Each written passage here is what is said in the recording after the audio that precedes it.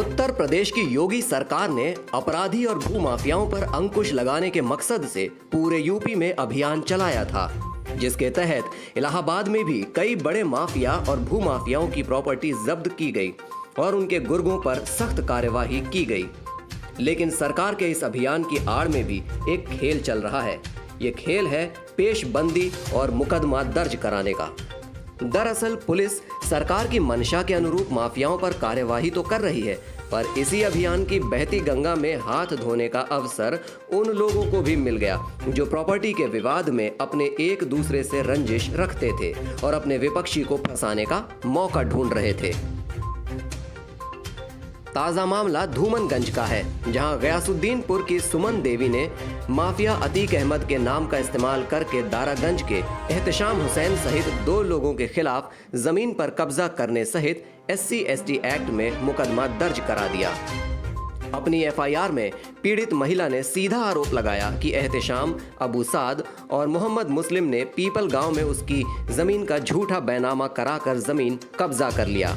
जाहिर है इस FIR में अतीक अहमद और उसके करीबी का नाम शामिल होने पर अखबारों की हेडलाइन बन गई, लेकिन तथ्य कुछ और ही बात बयां कर रहे हैं।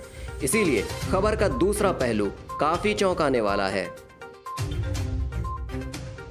नहीं, ये एकदम सरासर गलत FIR हुई है, क्योंकि जिन्होंने FIR करवाया है सुमन देवी ने, उनके हस्बैंड ने मुझे एक एग्रीमेंट किया था, वो रजिस्टर्ड है, जो कि पेपर मैंने पढ़ा तो मुझे जानकारी हुई कि मेरे खिलाफ़ FIR हो गई और उनका ये रजिस्टर्ड एग्रीमेंट है। उन्होंने FIR में ये कहा कि उनके पति ने कोई लिखा पढ़ी नहीं की है और जो कि ये इसका रजिस्टर्ड एग्रीमेंट है मेरे पास, और इसका न्यायालय में मुकदमा भी चल रहा है।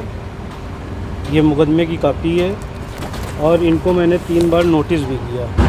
इनके पति की मृत्यु हो जाने के बाद मैंने इनसे संपर्क किया तो ये रजिस्ट्री करने से मुझे इनकार कर दिया और बोला कि मुझे और पैसा चाहिए, तो उतना पैसा मैं देने में सक्षम नहीं था।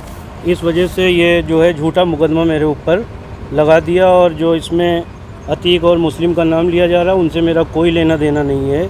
मेरा CDR निकलवा लें, कॉल डिटेल निकाल लें, मेरा इनसे 20 सालों में भी कभी कोई संपर्क नहीं हुआ। दरअसल कुछ साल पहले एहतशाम ने सुमन देवी के पति शंकर लाल से जमीन का सौदा तय किया था और जमीन का बैनामा कराया गया, जिसमें खरीदार एहतशाम ने कुछ रकम भी दी थी, जिसका जिक्र बैनामे में किया गया है। एहतशाम के मुताबिक शंकर लाल की मौत के बाद सुमन देवी बैनामे की रकम से कई गुना ज्यादा रकम मांगने लगी और जमीन की रजिस्ट्री करने से इनकार कर दिया। तब एहतशाम ने अपने वकील के द्वारा कानूनी नोटिस भेजी और कोर्ट में इस विवाद के निपटारे के लिए चले गए। कोर्ट में अभी ये मामला विचाराधीन इसलिए दर्ज कराया कि अब वो चूंकि अब 2015 में मैंने इनसे एग्रीमेंट कराया था और ये जाति की हरिजन थी और इसमें परमिशन होने के बाद ये मुझे बोले थे इनके पति के रजिस्ट्री कर देंगे। उसके बाद इनके पति की मृत्यु हो गई। अब मृत्यु होने के बाद जब मैंने इनसे कहा कि इसको परमिशन करवा के मुझे जो है आप रजिस्ट्री कर दीजिए, तो ये मुझसे अधिक पैसे की मांग करने लगी और ये एक तरीके का मुझे ब्लैकमेल किया गया है। मेरी ना कोई क्रिमिनल हिस्ट्री है, इसके पहले भी कभी कोई ऐसा मेरे साथ कुछ नहीं हुआ।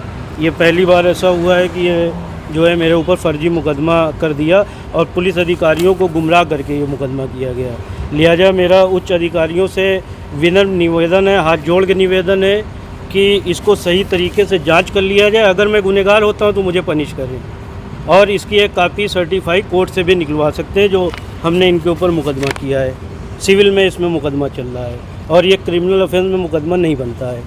लिहाजा पुलिस अधिकारियों से मेरी यही निवेदन है कि जो सही तथ्य हो उसकी जांच कर लें और जांच करने के बाद अगर मैं दोषी होता हूं तो मुझे उससे पनिश करें। नहीं होता है तो जिसने मेरे खिलाफ़ झूठा FIR करवाया है, जिससे मेरे घर वाले बहुत परेशान हो गए हैं और इस तरीके का मेरे साथ कभी कोई वारदात नहीं हुई है, चाहे तो वो पुलिस अधिकारी पता कर ले। अभी तक आपने कहीं धूमनगंज में एहतशाम, मोहम्मद साद, मोहम्मद मुस्लिम के खिलाफ SSP के आदेश पर मुकदमा दर्ज किया गया था।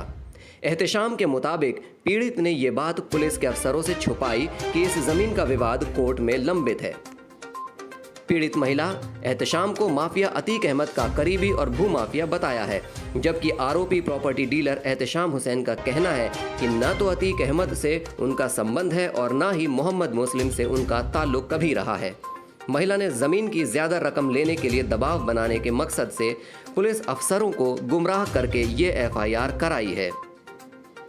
आरोपी बनाए गए प्रॉपर्टी डीलर ने इस मामले की जांच की मांग की है। एहतशाम अब जमीन और कोर्ट में मुकदमे के सारे कागजात के साथ अफसरों के सामने पेश होकर अपनी बेगुनाही का सबूत के पेश संज्ञान में करेंगे। जाए कि उनको गुमराह करके। इसके ऊपर एक बार मेरे पास थाने से फ़ोन भी आया था, मैंने अपना सारा पेपर दिखाया था। फिर उसके बाद ये माननीय एसएसपी महोदय के पास एप्लीकेशन गई और उनको गुमराह करके ये फर्जी तरीके से एफआईआर किया गया। अभी हाल ही में सूरज पाल नामक शख्स ने माफिया अतीक अहमद के नाम का जिक्र करते हुए 4 लोगों के खिलाफ रंगदारी सहित कई गंभीर धाराओं में मुकदमा दर्ज कराया था, जिसमें आरोपी बनाए गए लोगों ने प्रेस कॉन्फ्रेंस की थी और अफसरों से भी एफआईआर की जांच की मांग की थी। वो मामला अभी खत्म भी नहीं हुआ था कि कल अतीक के नाम का इस्तेमाल करके एक और एफआईआर दर्ज कराई गई। आपदा में अफसर का कुछ लोग फायदा तो उठा रहे हैं, लेकिन पुलिस की विवेचना में साफ हो जाएगा कि सही क्या है और गलत क्या है। हालांकि एक लॉबी सक्रिय है जो पेशबंदी के तहत पुलिस को गुमराह करने की कोशिश करती है। इस मामले में एसएसपी पहले ही कह चुके हैं कि अगर कोई निर्दोष हुआ तो उसका नाम जांच के बाद एफआईआर से हटा दिया जाएगा।